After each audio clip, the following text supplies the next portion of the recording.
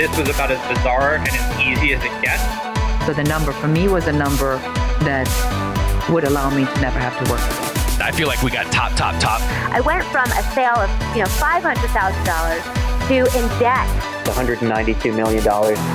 This is Built to Sell Radio with your host, John Warrillow. So do you remember Sully, the guy who landed the plane on the Hudson River? He had done everything there is to do in an airplane. He was even a trainer of other pilots, yet he had never had the opportunity to land an airplane on the Hudson River. He had one shot at greasing that landing, and he nailed it. And when it comes to selling your business, you've got one shot to make sure you punch above your weight when you go to sell your company. One shot to make sure you don't make some of the most common mistakes that entrepreneurs make when they sell their business. That's why I wrote the book, The Art of Selling Your Business. It's a field guide for anyone looking to sell their company. You can get it along with some gifts for my listeners at builttosell.com/selling. I had a conversation over the holidays I thought I'd share with you. I was describing the pros and cons of a professional education with a friend of mine, and he was making the argument that the really amazing jobs come from going to a great school and getting a great job at a big company or a great job in a big professional services organization, one of the big four accounting firms or the big consulting firms, the big investment banking houses. And I was making the point that I actually don't think that on a risk-adjusted basis is the best way to create wealth. I think, first of all, that kind of income is obviously usually taxed as income, so at 50% rates. And furthermore, I think there's actually a whole lot more financial independence to be gained by finding a quiet little corner of the world and owning the majority of a profitable company. And my next guest, Anthony Fracchia, did just that. He built a little benefits consulting business. These are companies that sell insurance effectively to small, mid-sized businesses. Not a very sexy business. 12 employees, $2.5 million in revenue, but it was run really, really well. As Anthony will tell you, he built it up so that his Ebitda margins were in the neighborhood of 60% on that $2.5 million. He ultimately went to sell the company and got around 8 times Ebitda. You do the math and you let me know which you think is the better way to financial independence. Here to tell you his entire story is Anthony Fracchia.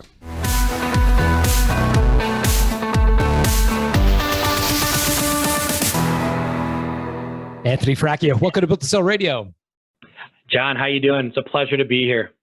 Yeah, it's great. So Altruis Benefit Consulting, how did you get into this business? Sounds like it was a family business.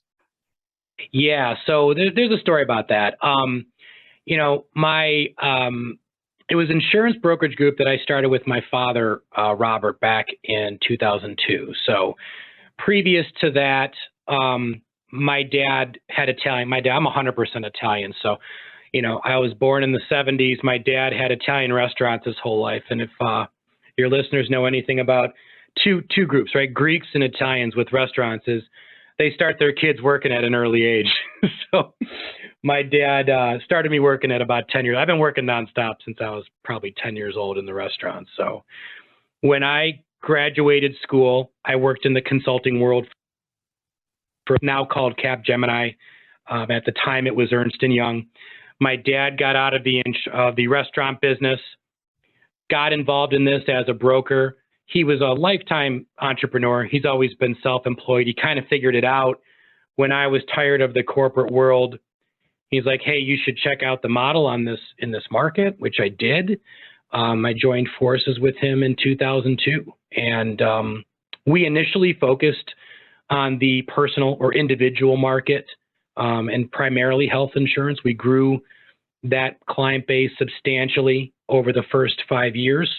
And then around that time, one of the major carriers here in Michigan was pushing some state legislation that, if passed, would have impacted our revenue numbers by about 40 to 60% in the wrong direction. And that was a bit of a wake-up call for us. We had all our eggs in one basket, so to speak. So we diversified the markets we participated in to kind of hedge against future legislation in any specific market.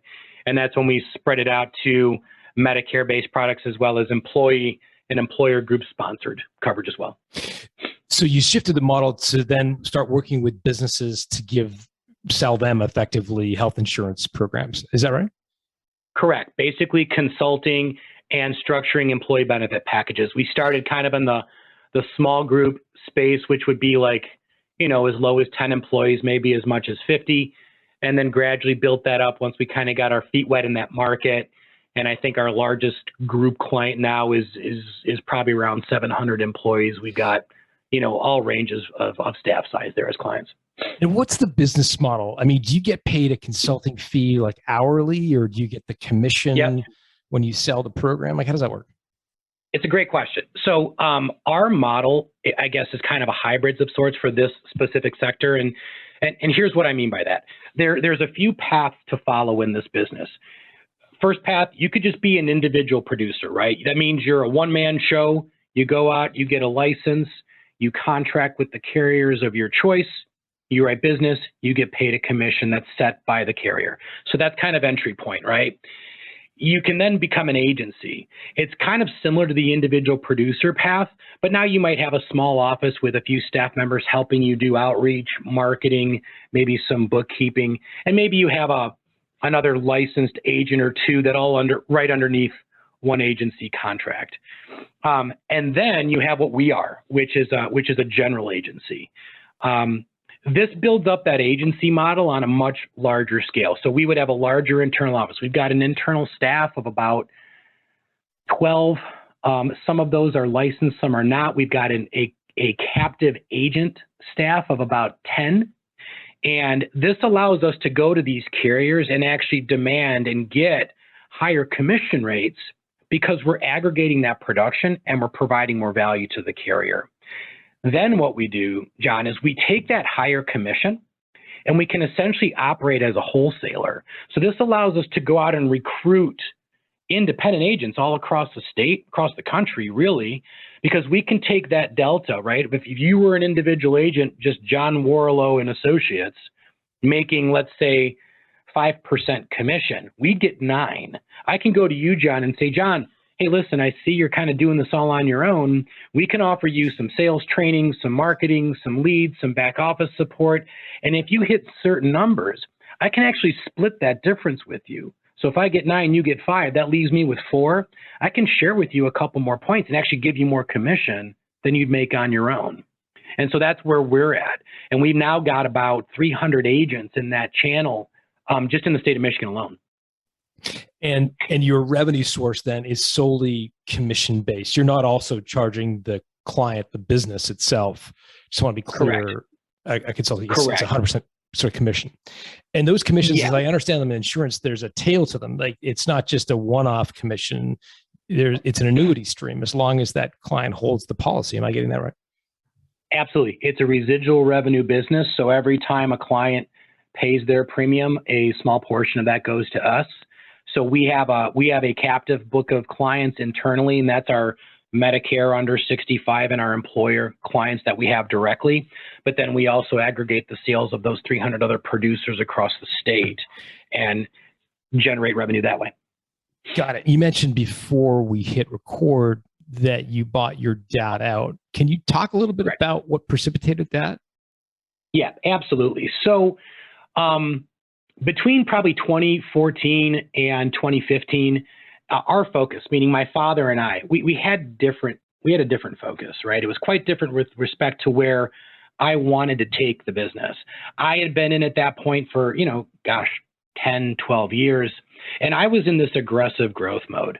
My father was in his early 70s at the time and was more comfortable. I mean, the business was doing good. I'm not going to nothing to complain about. We were making revenue, we were covering our expenses, we were pocketing basically all of our commissions, and the business that we were generating, the revenue we were generating from the agent channel was effectively paying our expenses. So it was doing well. And he wasn't incredibly motivated to kind of go on that aggressive growth journey with me. So we had a number of discussions around this challenge. and eventually agreed on a buyout where I would purchase 100% of his shares to take full control of the business back in 2015. And how did you structure that buyout, Anthony? At that time, the multipliers in our business were much, much smaller. And really my father's agreement and our agreement was we always own our own personal production, and we split revenue that the agency develops 50-50, right? So whatever my father developed in his personal book, whatever I developed in my personal book, those were off the table, right? If there was ever a point where he bought me out or I bought him out, we'd always walk with our clients and the full revenue that generated. So when we took that out, my father's production and my production was easily 60 to 70% of the total revenue of our company. So it was really just a buyout of that remaining 30%. And the way we structured that was kind of a lump sum upfront payment. And then he wanted me just to kind of, for tax purposes, pay him a set amount over the next 8 years as just kind of a residual revenue coming in on a monthly basis. Got it. That makes sense. And what multiplier did you use for that 30%?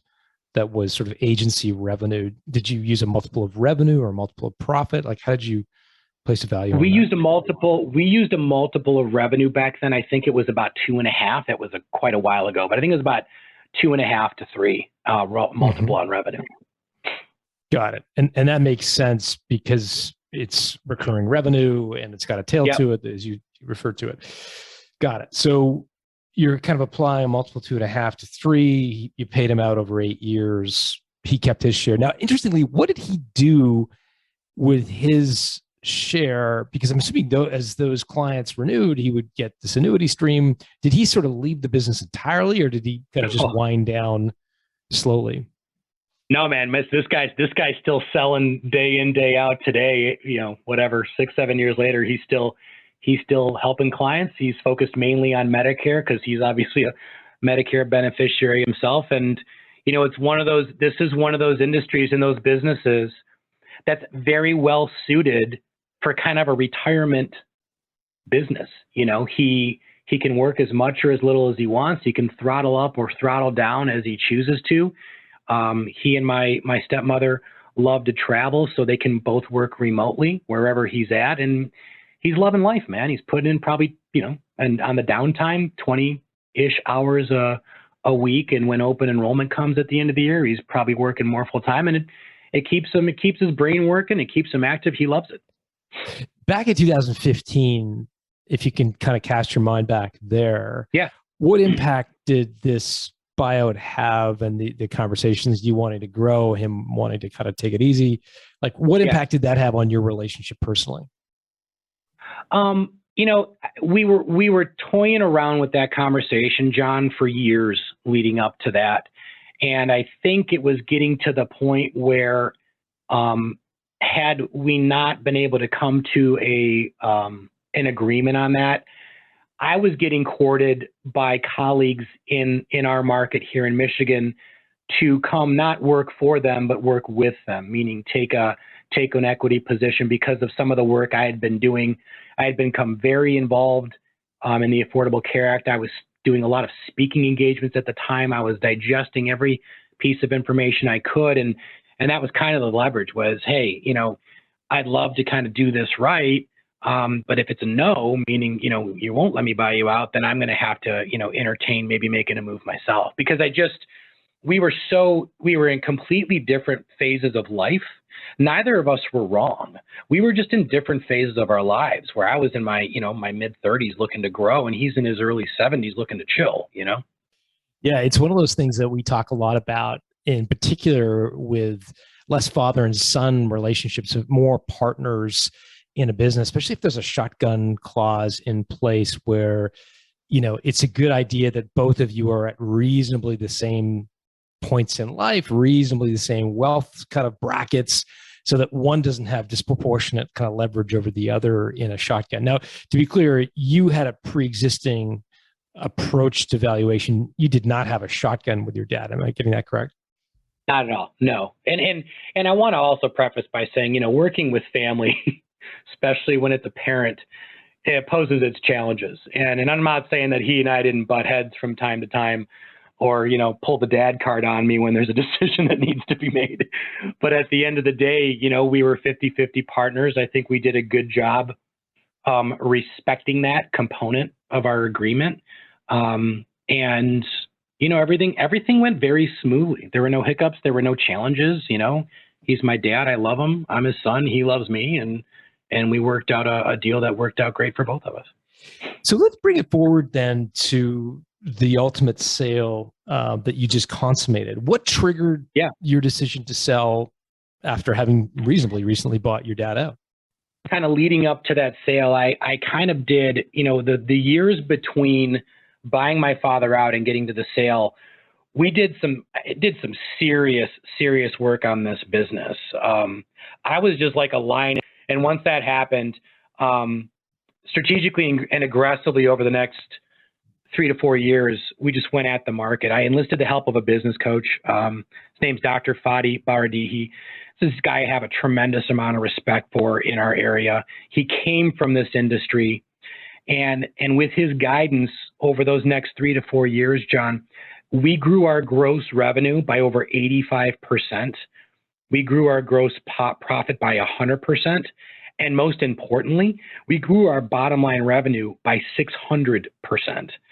And I wasn't even focused on prepping the business for a sale at that point. I was just very emphatic about making the operation more efficient and reducing expenses as much as possible. So what did you get the business up to when you decided to sell? Like, where were you kind of revenue, profitability, that kind of stuff? Yeah, revenue, like right before the sale, bottom line revenue was between, I think, like 1.3 and 1.5 million. When you say bottom line, you mean profitability? Ebitda. Yep. I mean net. Yep. Net revenue. So, somewhere in the 1.3 to 1.5 range. Yep. Got it. That's helpful. And on the top line? Top line, I think we were just at about 2.5, about 2.5 million. 2.5 million. Great. This is a profitable business. I'm just looking at your EBITDA margins against your revenue. I'm like, okay. Yeah, I think with a little bit. Yep, I think with a little bit more conditioning. I think when we got through final financial diligence with my parent company, I think our margins on EBITDA were just under 60% with some recasting and some things of that nature. Got it. That's super helpful. And I mean, you must have been running pretty lean in the office to have, total expenses like around 800 grand. I mean, with 10 or 12 employees, it was pretty lean in the office. Am I getting that right? Incredibly lean. I had a colleague in this space who was around the same revenue number as me, working with a broker to kind of package his business and start to do some diligence.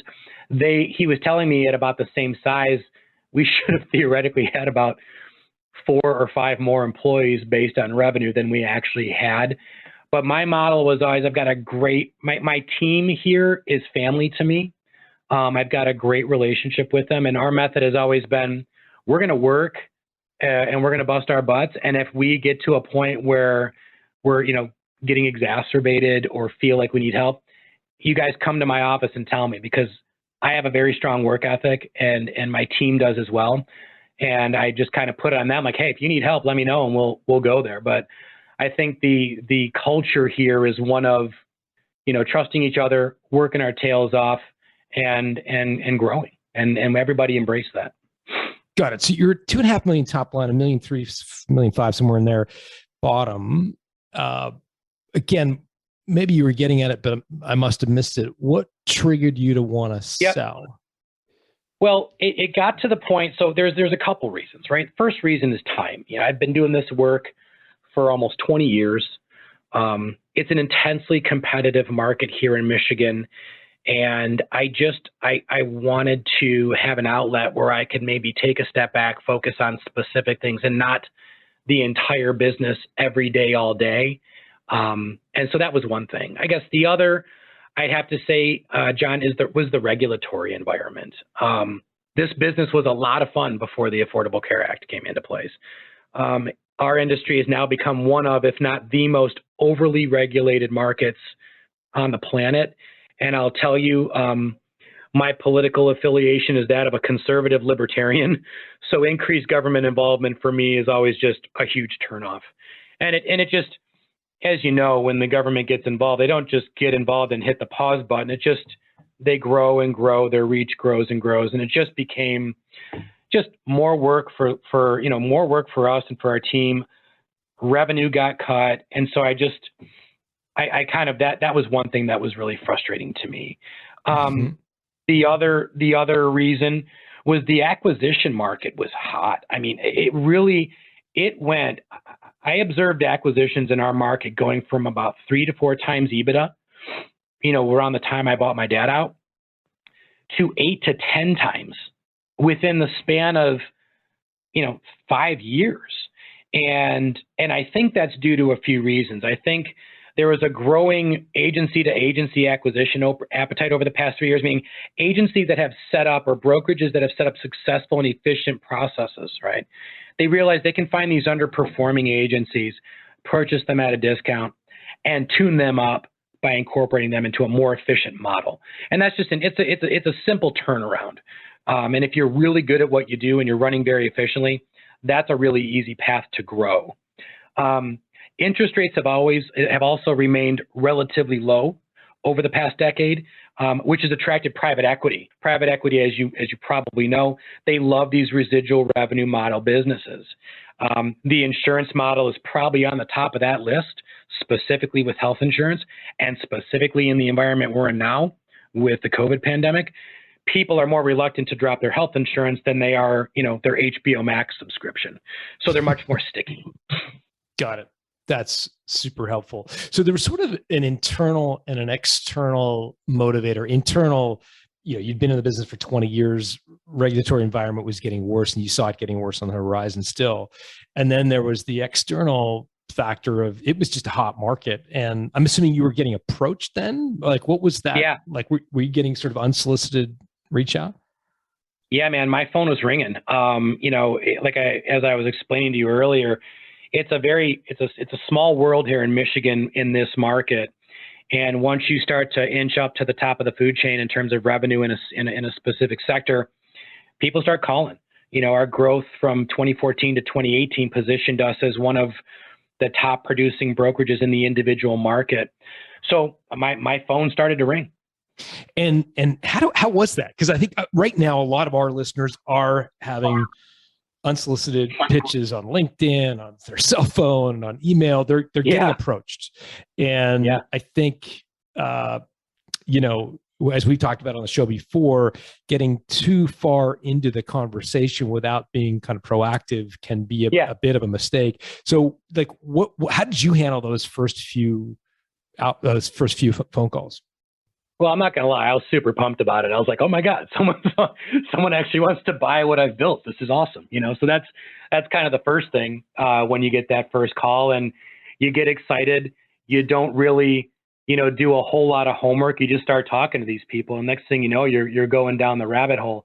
So I'd say before I ultimately found it did. It absolutely did. And when you say going down the rabbit hole, what do you mean by that? Like what exactly do you mean by that?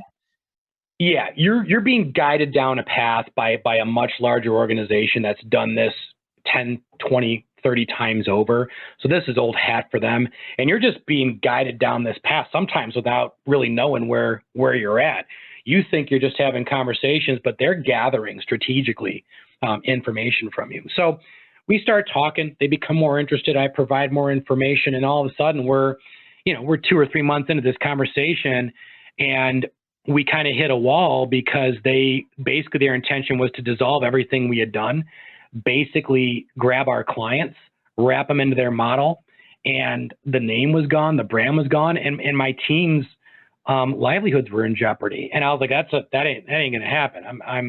I'm not gonna do that to my team, and we've spent a lot of time building this brand. So after that stumble, right, which was the first call, I decided we probably have to have some non-negotiables in place from that first conversation, so we're not wasting anybody's time going forward, Got it. And so I want to get to what those non-negotiables were for you, because I think that's a great idea for everybody to have.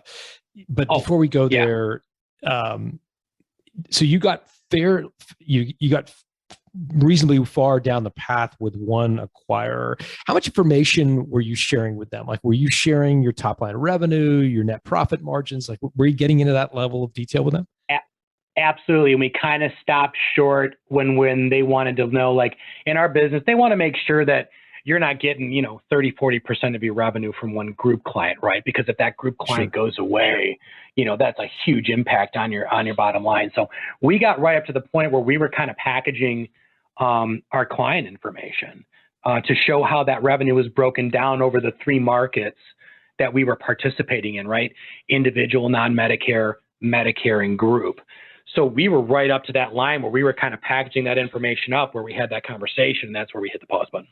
And had they shared with you before you hit pause any sort of valuation metrics that they were prepared to pay? We were discussing multipliers at that point, and this was easily 3 years before I sold my business. So I think we were entertaining around between 4 and 6 times Ebitda. Ebitda. And that's kind of where the talks were. But obviously, as you know, and I'll tell your listeners the same, before you firm that up, right, you can give a range, but before you firm that up, you've got to get a bit more detail on where that revenue is coming from. Got it. So you're having sort of verbal conversations in and around the 4 to 6 times Ebitda. Yeah. Your reaction to that presumably was reasonably positive, or you would have hit pause earlier, I'm assuming. Oh, absolutely. No, it was very positive. Like I said, I was excited about it, but once the kind of emotional reaction to that journey subsided and the the brain kicked in, I was like, okay, I think I see where this is going. Had a very upfront conversation. They were good. These are good guys. They weren't devious by any means. They were always upfront. I wasn't asking the right questions, and decided to start asking those questions. And that's when I realized we had to kind of pull out. What are the questions that you were not asking that you should have been asking? I was not paying attention to what their intentions were with this business post-sale. That was not on my radar. Got it. And so what questions what questions did you miss? Like, as you think about it retroactively, I get the fact that you were not necessarily asked, but I'm trying to think, like, what questions do you wish you'd asked? I would have asked, number one, when you're going, and this was an agency to agency or brokerage to brokerage purchase, right? It was a much larger player in the market, predominantly heavy on the group side, right? Revenue was probably 10 times mine. So I would have asked, are you looking to basically acquire our client base, keep on key people, and, subject the remainder of my staff to redundancy, right? Is my staff going to lose their jobs after this? I presume a lot of the sort of private equity value proposition, and you sort of alluded to it earlier. You're like, a lot of private equity groups look at this and say, if we can buy this book of business, first of all, there's recurring revenue, but second of all, with our expertise and our scale, we can probably squeeze out more margin. I'm looking at your business and just the work you did with your business coach. A lot of those efficiencies would have already been captured, I'm guessing, because you're so efficient already. Yet still you had sort of taken advantage of some of those benefits, or some of that juice, if you will, even though they were still interested in what you had to offer. Yeah, and when it came down to it, they couldn't give me a definitive answer on that with respect to my staff. And I was like, listen, if they're not safe and that's not documented, and we can't come to terms on that being in the agreement, then I'm not going to move forward. Got it. So it sounds like you had a number of non-negotiables that you came up with as a result of this kind of failed conversation. What were the non-negotiables? Yeah, absolutely. So I'm like, okay, if I'm going to do this again, I'm going to be very upfront and honest with the terms of how we can go about this, and if I'm going to engage in a conversation. The first one was, I wanted to keep the brand. We have been doing this in the state of Michigan for 20 years. We've developed a great brand recognition. We had, thousands and thousands of individual clients, primarily in Southeast Michigan. So I wanted to keep the brand. I wanted the ability to stay on and work as long as I chose to. I didn't want there to be like, hey, you're on your high overhead. You have to go after we kind of figure out the magic or whatever you bring to the table. Once we get that code, we'll kind of put you on a path of retiring you out of it. So I wanted to be able to stay on at my discretion. That was the second one. The third one was my staff had to be safe. I had a great argument for that too, John, based on what you just said and what we discussed is we're running incredibly efficient. So I had a good argument to make that case. And quite frankly, I'm like, this business doesn't run without this team. So if your intentions are to gobble up our clients and slowly edge out the team, it's not going to serve you well. And then finally, I had, after a couple years and paying more attention to the market, knowing people that have gone through the acquisition process and seeing these multipliers go up, I had an Ebitda range that I wanted to be in. So that was my fourth one. Is I wanted to be somewhere between 7 and 10 times Ebitda, and I was pretty firm on that. Got it. So keep the brand. You want the discretion to work or not. Keep the staff safe and Ebitda in the 7 to 10 range. Yep. And that became your sort of upfront. These are the non-negotiables. So let's make sure we're on the same page before we go too far into this conversation. Is that right? 100%. Yep. And taking that step, it saved me a lot of time. It saved people who were calling me a lot of time. And it really started to, after I think I had one more conversation after that, John, where up front, I had that discussion. We started to go down. In theory, they were okay with it. I'd say maybe a few weeks in, there was the component of the brand was a problem for them. So we dipped out. I had another conversation after that. So a third one where it ended after the first conversation. We put it in there. They again were kind of like the original one where they just wanted our client list. And they had no intention of maintaining anything that we had built. So those were probably 3 conversations I had within a year, I'd say within 12 to 18 months, about 2 years before the company that I ended up selling to gave me a call.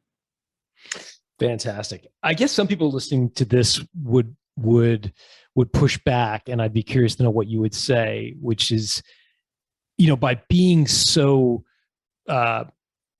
demanding, if you will, like, if you want to buy me, you got to keep my brand, you got to let me work or not, depending on, like whether I want to work, double digit multiple. Like a lot of people probably would hear those up front in a first conversation and get turned off and say, well, this guy's totally unreasonable.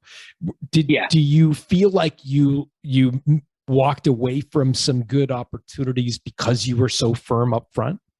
It's possible, it's possible. And at the time, I know that there was an expiration date, John, on how long I really wanted to do this, but heck, I'm 2 years, a little over 2 years from the sale. So we're talking about 5 to 6 years ago.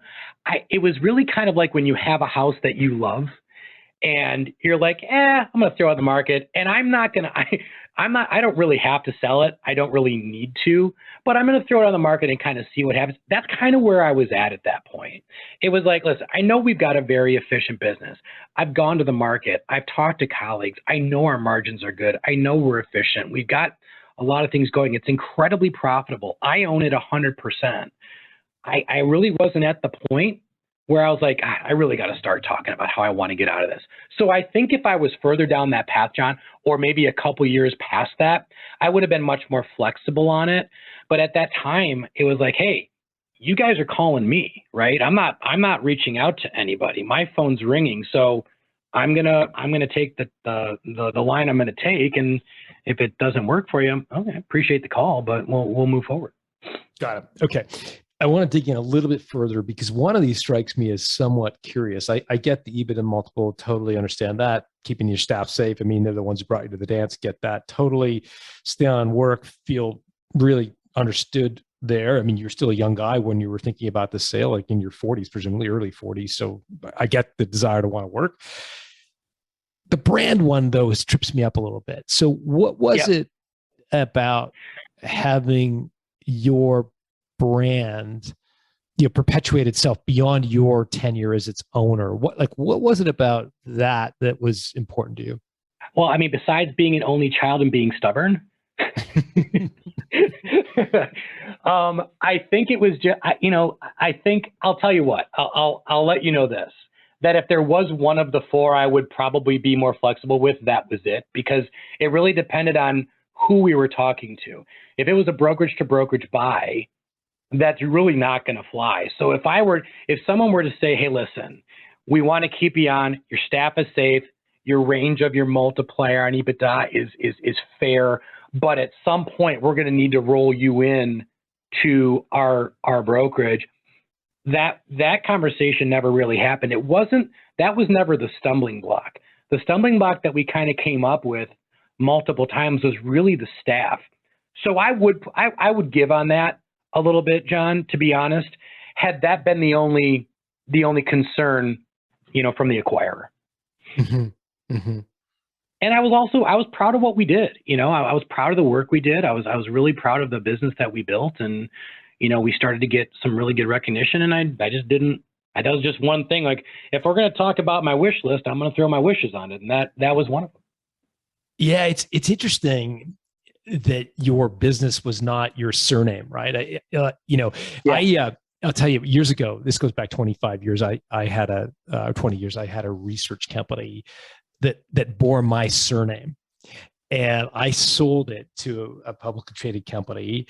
And I remember when they wanted to have the conversation about getting rid of the name, and I'm like, get that thing off of your letterhead. Like, I want it gone. Like, I don't want my family name in anywhere in your company when I don't control it. Like, that's my namesake. That goes well beyond my company. That's now my reputation in the marketplace. Get rid of it. If you don't own it, I don't want to be part of it. And they thought I was going to react totally differently. They thought I was going to be very concerned about maintaining and perpetuating the brand. In fact, I was like, get rid of it. But again, that was probably more because my name was in it. Oh yeah. And I feel the same way. I think if it would have been like Anthony Fracchia and Associates, I probably would have said, yeah, that makes way more sense. Get rid of the name. Yeah, get rid of the name. But it's just, like I said, back then I was just kind of, I was being courted. And so I figured I had a bit of leverage to do that. And but that was never the component of those non-negotiables that was under question, that made those first three conversations not come to fruition. It really evolved around the staff and them trying to, basically say in a kind way, we can't guarantee they're all going to stay on. Yeah. I think I get the non-negotiables now. Thank you for going there with the brand. Yeah. Let's go deeper now to the next stage, because you started to have these conversations. At what point, I mean, were you continuing to act as your own sort of broker? Did you hire an M&A professional to shop your company? Like, how did that go? It's funny you say that.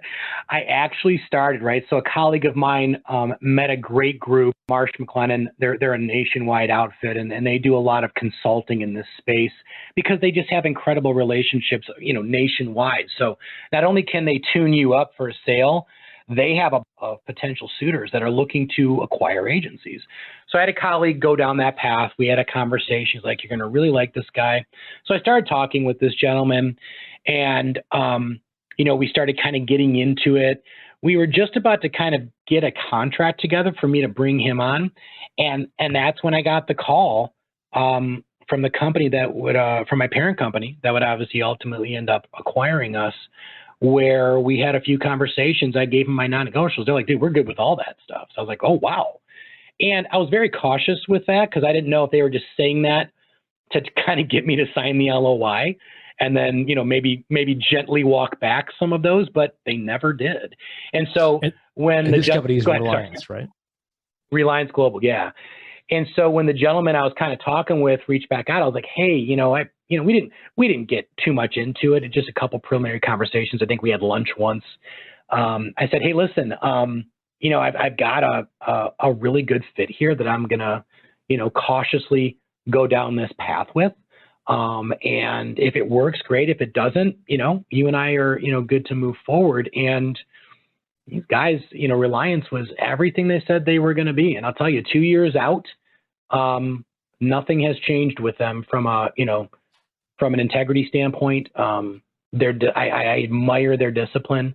I admire their work ethic. These guys work hard. They're honest. They're good human beings. And I couldn't be happier. Okay, so let's get into this deal. So they approached you. You said, these are my non-negotiables. How did you approach Ebitda multiple in that initial conversation? I mean, were you the first to kind of throw out the 7 to 10 range? Did they kind of come up with a number first? Like, how did you handle it? I gave them the range. I said, this is where I'd like to be. And I think because of some of the unique opportunities that we were able to secure here that nobody else really has, I think we had good standing to go out and make that request. And that's why John, I always wanted to keep it as a range versus it's got to be at least this. I like giving a range because I thought it was fair, and I had done my homework on them. I know that they had purchased agencies within that range prior to me. So I knew it wasn't out of bounds for them. Got it. So you give them the 4 non-negotiables, including the Ebitda range, and their reaction is, yeah, that's probably going to work with us. What was the next step in the process? So the next step was really coming to terms on how, obviously the LOI, right? So we start talking about the LOI, the terms, what the earnout's going to be, what percentage of that buyout's going to be in cash, what's going to be, what percentage is going to be debt on their end, what percentage is going to be stock. They were publicly traded on the OTC market at that time. So that's really was the next step, was starting to discuss the structure of the LOI. Got it. So let's just define some of these acronyms. LOI stands for letter of intent, non-binding usually, but it's effectively an agreement of principle with an acquirer. Yeah. And then OTC, over the counter. Am I getting that correct? Yep, absolutely. Yep. Got it. And so cash, debt, and stock. I get cash, I get stock, I don't get debt. So explain that to me. Yeah. I get like cash, but what do you mean by debt? I'm not following that. So this group had secured a line of credit from a capital group that specifically participated in the insurance brokerage acquisition market. They're called Oak Street Funding. And all they do is provide capital for insurance agency and brokerage acquisitions. So my parent company had approached them basically saying, hey, we're looking to do a series of acquisitions in this sector. And they wanted to basically see what they could get in terms of a line of credit, so they weren't over leveraging themselves or depleting their cash reserves. So when we say cash, that was the cash that my parent company brought to the table out of their pockets, right? The part of that was also debt. And when I say debt, that was the line of credit that they had to pull from to kind of make that. For me, it was all cash, right? For them, a portion of it was their money, a portion of it was from the line of credit. And why is that important to you? Like in most acquisitions, whether the acquirer funds it through cash on the balance sheet, debt they get from a bank, whatever, usually it's not part of the conversation. Was there something unique about this deal that made it part of the conversation? No, it was really on their end, John. It wasn't a request of mine. It didn't matter to me, like you said. I mean, the money's going into my account. It's mine at that point. So I had no debt in it. I think that was just the way that they chose to structure it on their end, kind of using different methods to get to that number. And really, with them, the higher the multiplier on Ebitda, the more they wanted to leverage stock. Obviously, it's a low cost way for a publicly traded company to acquire somebody, right? It doesn't cost them as much as cash out of their pocket. So I think it was really, they were just looking to kind of spread out the tools that they had at their disposal to make the deal work for them as well. And so what did you agree? You'd said the range you were hoping to get was sort of 7 to 10. Where did you guys end up landing? We ended up at 8, and that was structured as 80% so 80% upfront and 20% on a 3-year earnout. Of that 80% upfront, 90% of it was cash, 10% was stock, and it was immediately unrestricted. So that stock was ready to go. And then the earnout of 20% was all company stock.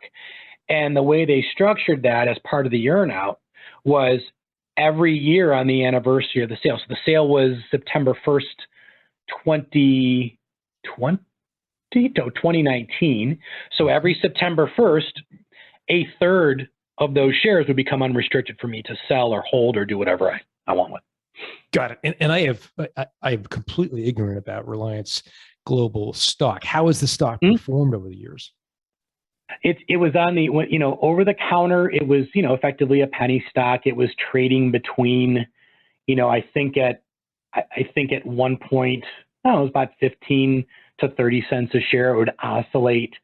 I think over the counter shares are much more susceptible to short selling and Sure. chatter. So there was some heavy movement there.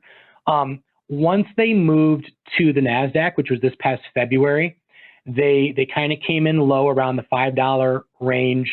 They dipped a little bit because I think coming from the over-the-counter market to the NASDAQ, I think on the NASDAQ, and you'll probably agree with me here, there's a different type. You've got institutional investors, or you've got large, like global, large global brokerages that are investing money for clients on the NASDAQ, not so much on the OTC market.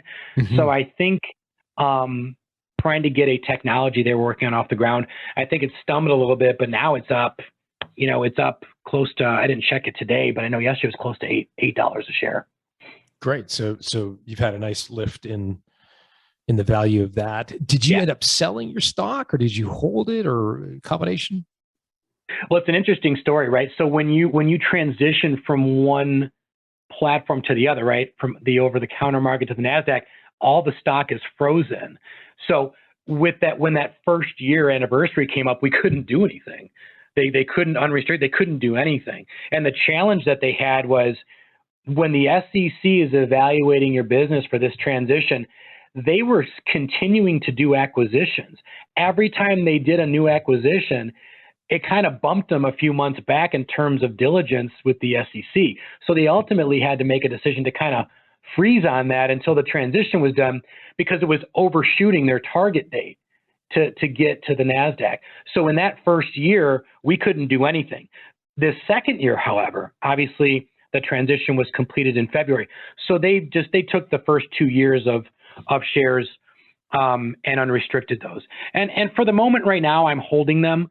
I'm going to kind of see where it's going to go, but I'll sell a little bit. My goal was probably liquidate at least a third, maybe 2/3 of the shares, hold a third longer term, just because I'm heavily involved in real estate as well, and I've got a group that I work with on that we can do pretty good with that money in the real estate market versus keeping it in the stock market.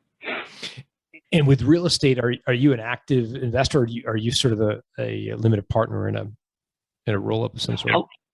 A little bit of both, right? So I've, post-sale, I kind of got involved in some asset acquisitions where I'm investing in different real estate opportunities as a means of recurring revenue in the future. These are properties that I can utilize when I choose to, and when I'm not, I can monetize them. And that's kind of the format I like. So some people call them lifestyle assets with respect to real estate. For me, it's, I've chosen some locations I really enjoy visiting. And many of them have a team in place already that if I'm not there, they are marketing, renting, and doing all the work, taking a small split and sending me money each month. I love that. Like I've heard of, places in Utah where you basically, you That's buy actually where one of them is. Oh, really? and you can use it when you want, but when you're not, you put it in the rental pool and off you go. Yep. Yeah, no, I'm a big fan of that. So I've done a number of those. I really enjoy it. I'm getting better at it in terms of evaluating the opportunity and getting more into detail with the agreements, and especially like, the condo regs and the sale agreements. So I'm getting better at identifying, which ones are good opportunities, and I enjoy that. Are you thinking? And I ask this because I think obviously you're still a very young man in the grand scheme of things, and you've obviously become liquid, which is fantastic at a young age. I think a lot of people who get to that point, they stumble a little bit because it's not like your retirement age, and you could just basically give your money to someone to buy some stocks for you and live off the dividends. Like most people are still wanting to do something at your age. And I'm curious to know, as you think about the real estate investing, in particular these lifestyle, opportunities, would you place the emphasis on lifestyle first and secondary on investment return? Or are you really thinking of them as business opportunities that have a little bit of a kicker? Do you know what I'm asking? Yeah, absolutely. And so to answer your question, I think with what I've done so far in that space, it's real estate opportunities with a kicker. I wouldn't turn down, something in Detroit, for example, that is not not a lot of people looking to take vacations to Detroit. I happen to love it, but, I'm obviously biased. But if there was a great opportunity here with the right team, then I would look at that as purely an investment. I don't know if it'd be something I'd look to hold, but versus, invest in a project, take my money out when it's done. So it's a little bit of both, but so far it's mainly been, the investment model with a bit of a kicker. It's a place I like to go to that I have access to. And when I don't, it's a revenue source. I'm asking for very selfish reasons. So is there some sort of, I'm like, how do I get in on this? Is there some sort of, marketplace where you can learn about deal flow in this area, or is it all sort of private? Like, how did you come to learn about these deals? You kind of just, when I look in spaces, let's use Utah as an example. My girlfriend and she lives in Oregon, I live in Michigan, and we've kind of decided that that's a good middle way for us. We both love the outdoors. I'm a big skier. So we've spent some time out there. We found a great realtor in that area who knew it well, and kind of really just looking around. I mean, you have with the internet, you have such good access to real estate professionals, and you can evaluate them and vet them before you reach out and just say, hey, here's my intention. I'm looking for opportunities where there's a team in place. I'm not averse to managing these myself either. And in fact, John, I have the option with all these properties to get out of that agreement after a couple years and do it myself if I feel I can be more efficient at it. And so I like the idea of giving them, a crack at it first, kind of evaluating how they perform, and then maybe saying, hey, I'm going to give it a couple of years on my own. I can always go back to that model with them. And it's just identifying those opportunities. I think it's becoming more popular. So I think, and for some of these larger developers, like for example, the one in Utah it's a condo in effectively a luxury resort in Park City. Mm-hmm. These developers like it because they're doing this project. They are getting a lot of capital up front. And then what they're doing is on top of that, they're taking a portion of, they're still getting rental revenue when they're renting these things out. So it's good for them and it's good for the purchaser. So you just got to kind of look around, talk to people that are experts in that area, who know developers, who know that are getting into these spaces, and start doing a little bit of digging. Super helpful. I want to go back and ask one final question about your deal, and then we'll kind of wrap up. Yeah. You mentioned your employees, and a couple of things strike me as interesting. One, you were running a really lean team. A colleague had suggested that, you probably should have 3 or 4 more full-time equivalents. So, part of me is saying these dozen or so employees that you had, they're working 25% harder. One way to interpret it is, I'm sure they're more efficient as well, but one way to think about it is they were probably working really, really hard. I wonder how you handled telling them that you had decided to sell the company. Yep. Yeah, that was, it was something that I struggled with, right? I didn't really know how to approach it. When I realized, post sale, I was going to stay on, and we've grown the business substantially. This year to date, in I think September of this year, 70% ahead of where we were last year, and we were able to take on a few more staff members post sale. I think it became more comfortable for me to have that conversation with them when I realized that I wasn't going anywhere. To be quite frank, had I not told them that I sold it, they would have no idea. Nothing has changed. This relationship I have with Reliance, they're looking at what we're doing and they're like, you guys are doing great. What do you need from us to help, right? Where can we complement the work that you've already done? And by the way, keep doing what you're doing. Don't change anything. Just tell us where we can help and maybe accentuate what you're doing. When I realized that that's how this relationship was going to work out, it was really just, hey guys, I got an offer. I couldn't not take it, but understand I'm not going anywhere. Understand you are all safe. That was a component of my deal, was making sure you guys were protected. I'm going to focus on some other components of the business. I'm not going to focus on every aspect of the business every day, but I'm here. I'm not going anywhere, and I'm in the trenches with them. I mean, I'm no joke, John. During open enrollment, we run a call center and we field incoming calls from one of the major carriers here. I'm on the phones with my team. I've been on the phones with them for 60 days straight, selling with them. I love it. So my involvement hasn't changed dramatically. I think it will evolve over time, but I think the fact that they see me here with them, I'm still pushing them, they're still pushing me. I think it was an easy conversation to have, and I think they were happy for me. I guess some people, I'm glad to hear that. I guess some people may also hear this and wonder, okay, but why did you sell? If you were going to stay on, work the phones during open season, whatever, if you're prepared to do that, why not? I mean, and you're only in your 40s, why not keep it for another 20 or 30 years? Yep.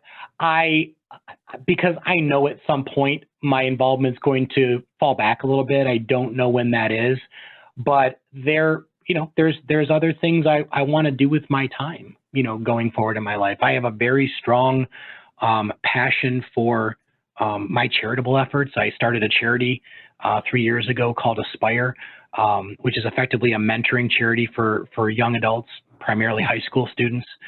So I want to start to transition and do that work more. And I didn't want to have to worry about finances when I chose to dedicate more of my time to that. And that was one of the main things. Quite a little sidebar, when I had the conversation because I work with high schools. So when I had a conversation with a school administrator about what I wanted to do, and we both lit up because this administrator was super pumped about the idea. I knew at that point that that's what I was going to spend the rest of my life doing.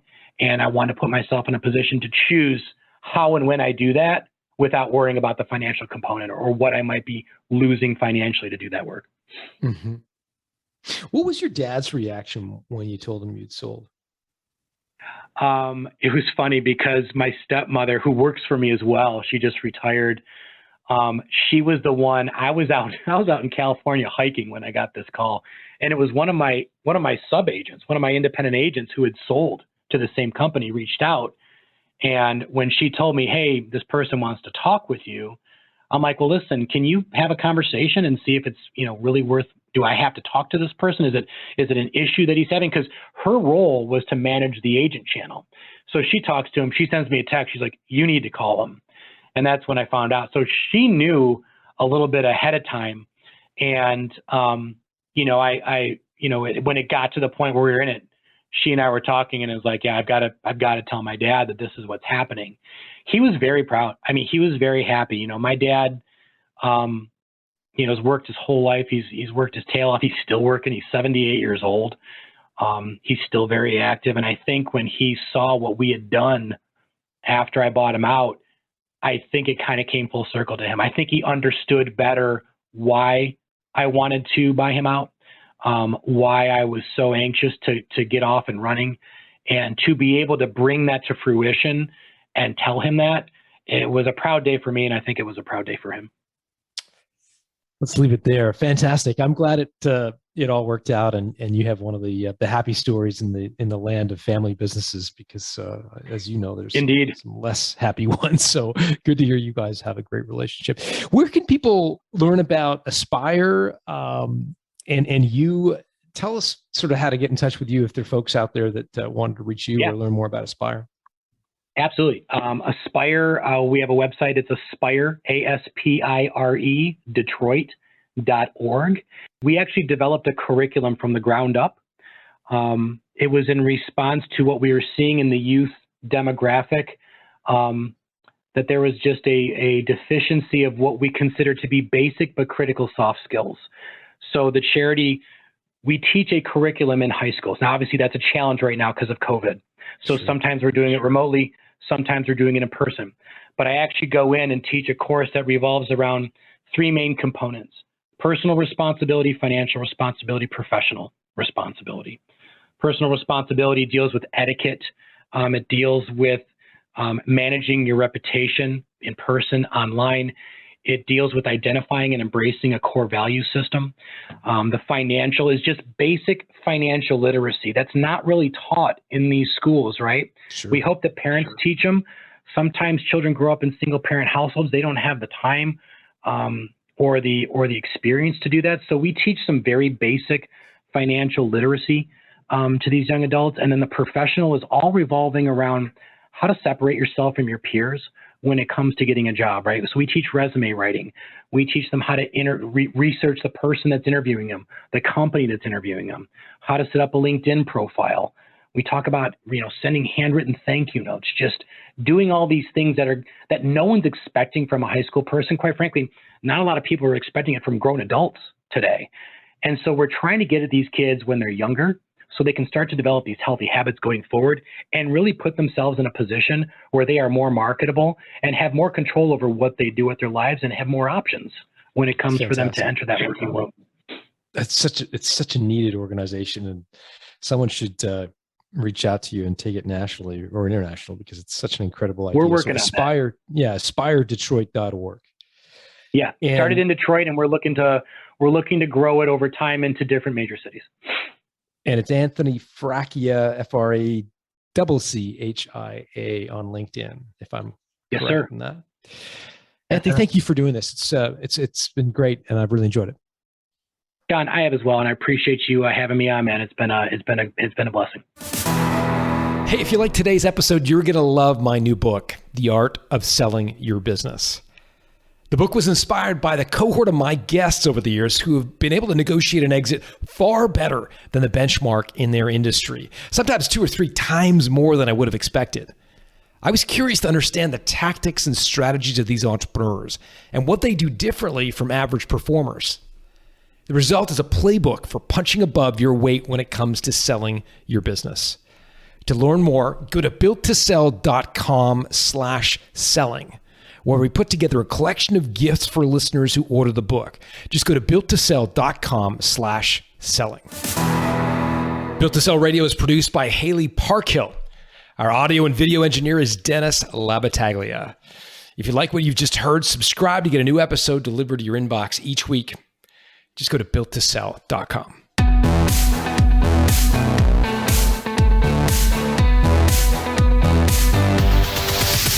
Thanks for listening to Built to Sell Radio with John Warrillow. For complete show notes with links to additional resources, visit builttosell.com/blog. John is the founder of the Value Builder System. To find out how to improve the value of your business by 71%, visit valuebuildersystem.com. John is also the author of Built to Sell, Creating a Business That Can Thrive Without You, and The Automatic Customer, Creating a Subscription Business in Any Industry. Connect with John at facebook.com/builttosell or on Twitter @John